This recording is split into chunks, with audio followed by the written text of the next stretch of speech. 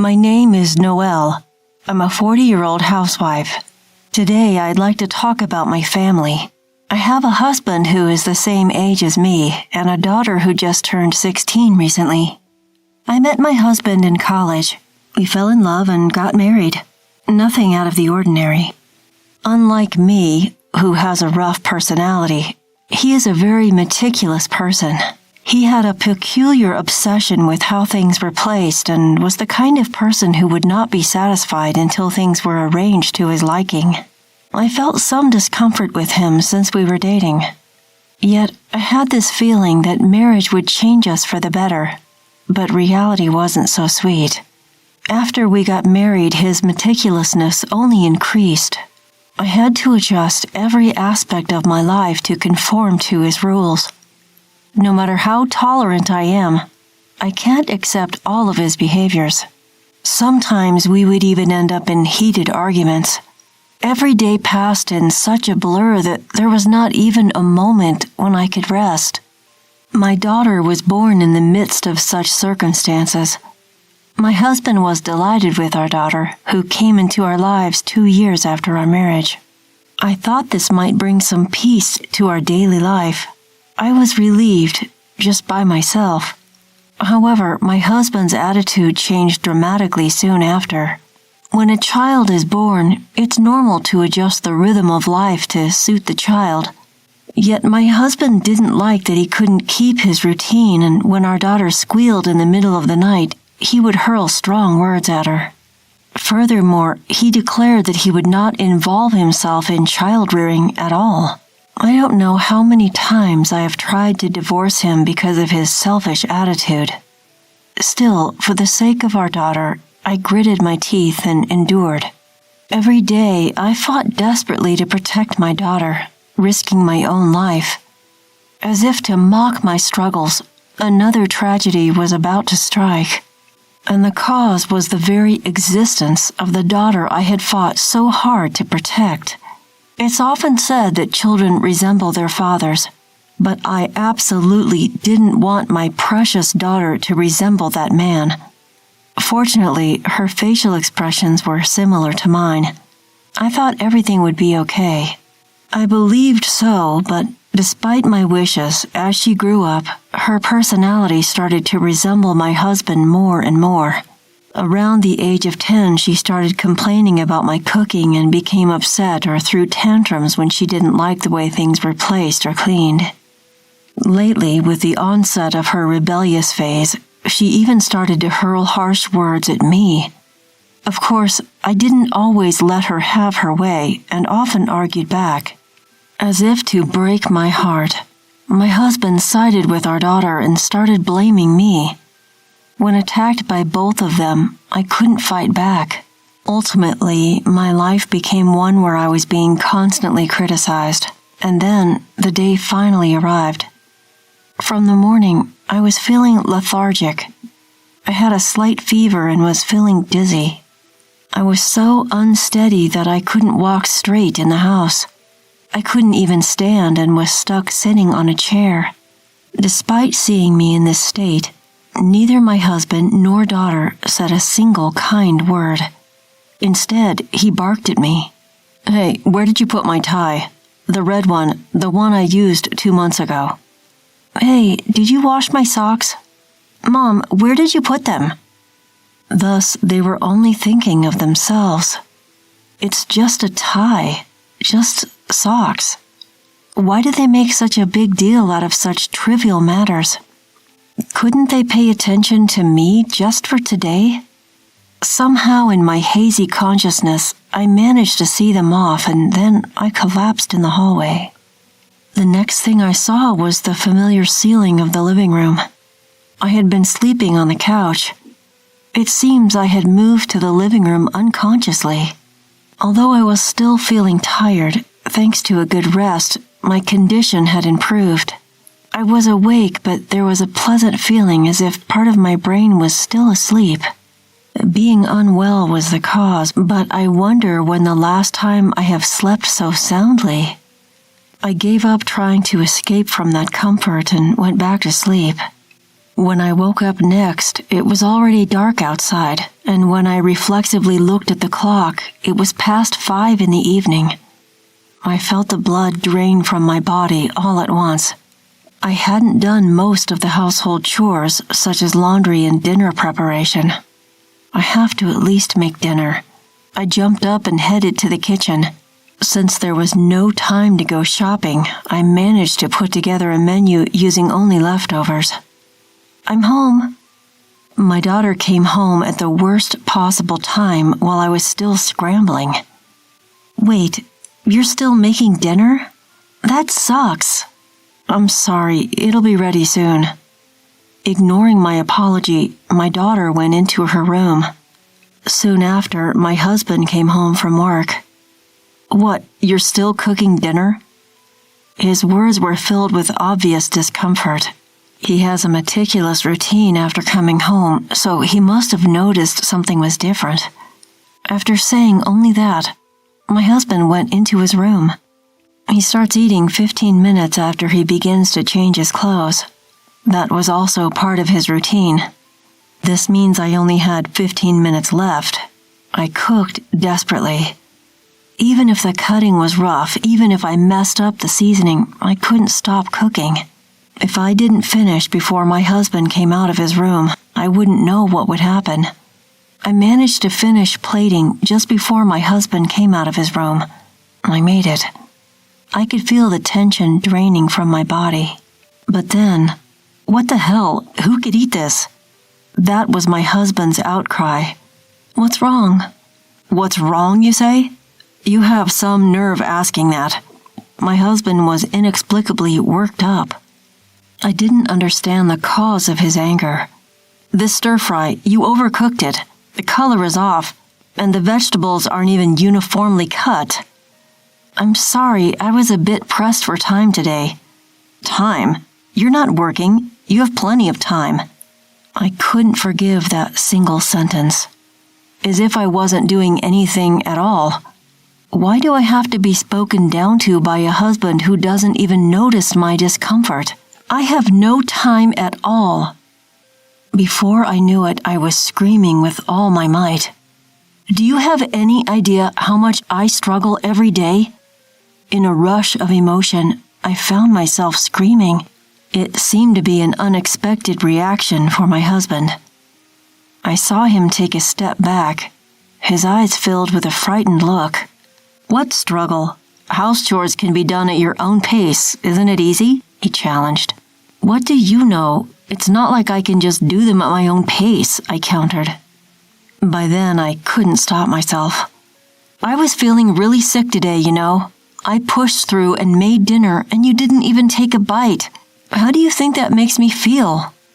I felt tears trickling down my cheeks. The emotions I had been holding back had finally exploded. Seeing my husband's face turn pale, I managed to calm down a bit. I was short of breath. My breathing was disrupted and I felt dizzy from all the shouting. But still, I waited for my husband's response. A simple apology, a single "I'm sorry" would have been enough. "Don't mess with me." That tiny spark of hope was extinguished by his trembling words. "Do you have any idea how much I struggle in the world to support our family? So you're saying I'm just living easy and free? I'm saying your job is to support me so I can focus on my work. That's just an excuse. I'm not your slave. Don't talk back to me." Just a little more and my husband would have raised his hand at me. I knew it instinctively, but I couldn't back down now. As I prepared to confront him with my next words, it happened. "What on earth are you doing?" Our daughter burst out of her room. "Your voices can be heard outside. Stop it. It's embarrassing." "Don't stop me. It's her talking nonsense that's the problem. It's you being selfish." "Just be quiet." My daughter's reprimand made us stop arguing. Then I explained to her what had happened. After hearing both me and my husband's sides, my daughter turned to me and said, "Honestly, Mom, you're the one who's wrong." Her words shocked me to the core. "Why?" Because housework is your job, isn't it? Dad can't afford to take time off work, even when he's not feeling well. That's right, you're too lenient on yourself. My husband's face as he spoke after my daughter filled me with resentment.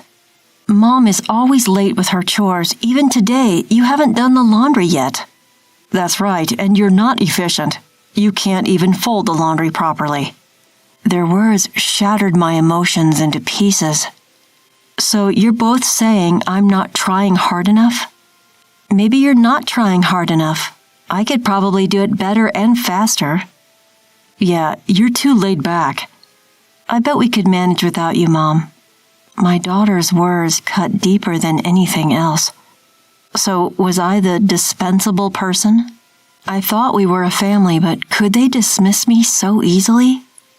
Having been confronted with this cruel reality, I found myself running out of the house. Before I knew it, I was in a pitch-dark park with no streetlights. My feet hurt. Sitting on a park bench, I realized that I had run out without even putting on my shoes. My tears had long since dried up, and my mind was blank. How long had I been sitting like this? Even if I stopped thinking, the harsh words would never disappear. My heart wouldn't heal. Recalling the words of my husband and daughter, I could feel my broken heart filling with resentment. I will never forgive them. They, my family who trampled on my feelings, must face punishment. My fighting spirit was quietly burning. The next morning, I flawlessly finished the cleaning and laundry. And for breakfast, I prepared a menu as extravagant as a dinner at a famous restaurant.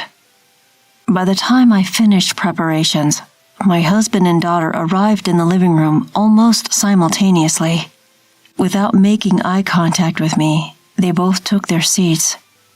Come on, let's have breakfast. Upon my words, their faces seemed to stiffen even more. Mom, what's going on? Today's breakfast is really fancy. Instead of my frozen husband, my daughter asked me.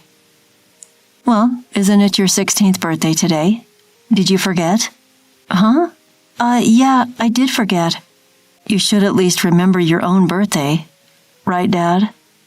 Huh? Yeah.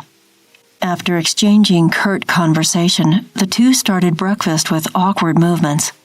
The dining table was not filled with cheerful conversations, and it was clear that both were fully observing my behavior.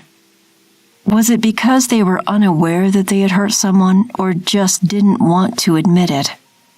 It's understandable with my husband. After all, he's a stranger. But my daughter, she's the one I gave birth to and raised. I wished she would grow up to be a more considerate, kind person. It's not entirely wrong to say that daughters resemble their fathers, but she should have been able to understand with proper upbringing. I do have regrets, but it's a moot point now. Listen, just one word from me changed their expressions.